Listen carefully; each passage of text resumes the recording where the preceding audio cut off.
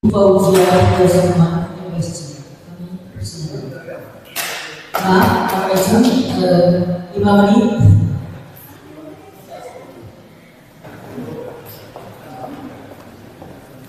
Mohon izin saya bicara, Bapak dan Ibu senior semuanya. Saya kalau melihat dari Bapak dan Ibu yang hadir ini, sepertinya saya termasuk yang rombongan yang generasi berikutnya gitu ya. Tapi di tengah-tengah.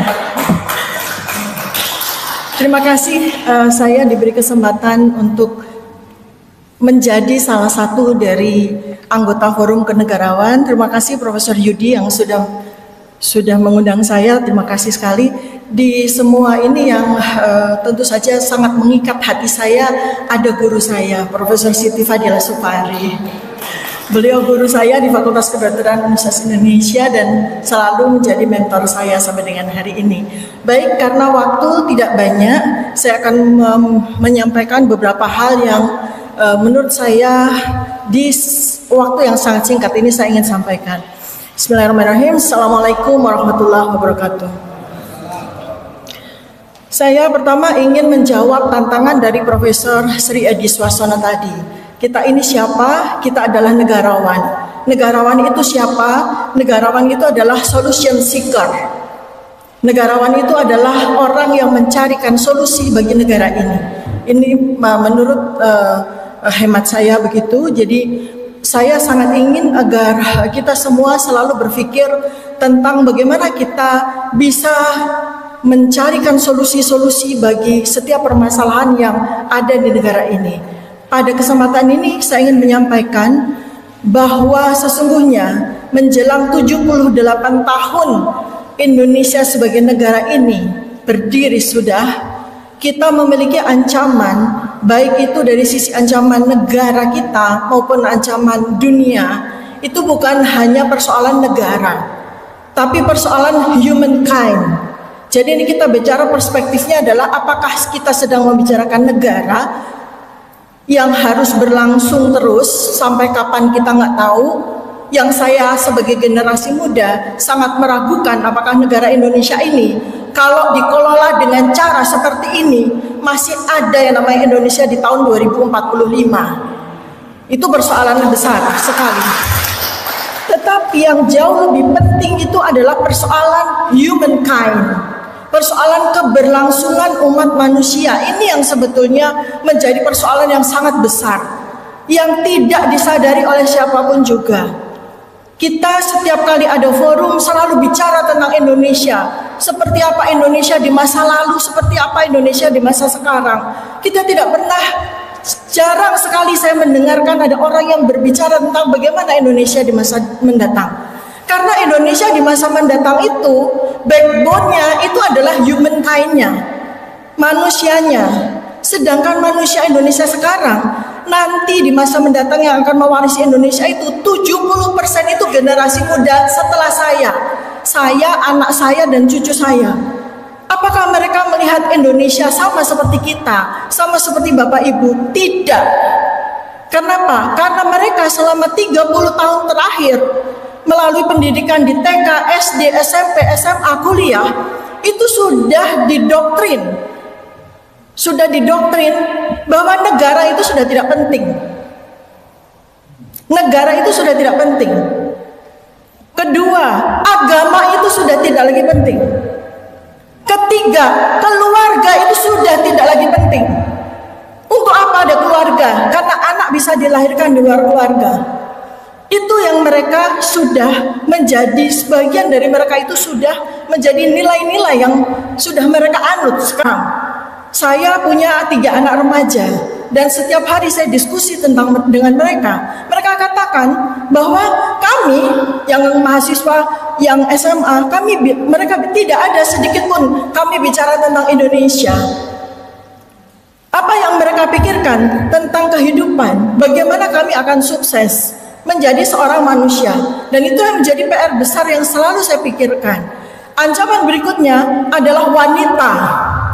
Karena wanita itu adalah sendi kehidupan as a humankind. Dan wanita ini saat ini menjadi ancaman besar untuk didecline sebagai sebuah bentuk kemanusiaan. Dengan apa? LGBT. Apa yang disasar oleh LGBT? Wanita, keberadaan wanita. Wanita digantikan dengan wanita jadi-jadian. Mungkin di Indonesia belum marak operasi transgender, tapi di luar negeri, di Eropa, di Amerika, di Australia, marak luar biasa. Yang keempat adalah anak. Yang keempat ancaman adalah anak. Karena anak itu sudah tidak lagi diperlukan. Anak-anak sekarang kalau ditanya mereka pengen punya anak, sebagian menjawab gak terfikir untuk punya anak. Kenapa? Karena mereka sudah tahu bahwa anak tidak perlu dilahirkan dari sebuah keluarga.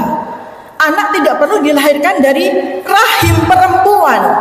Karena anak nanti 5 tahun, 10 tahun lagi akan bisa dilahirkan dari computerized.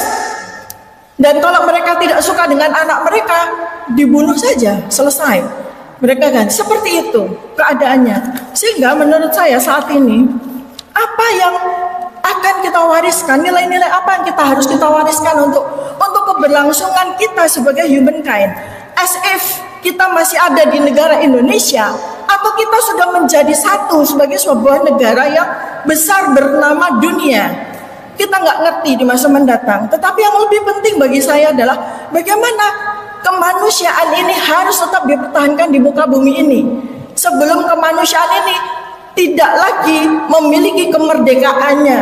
Kalau negara, mohon maaf Bapak Ibu semuanya, sudah tidak merdeka lagi.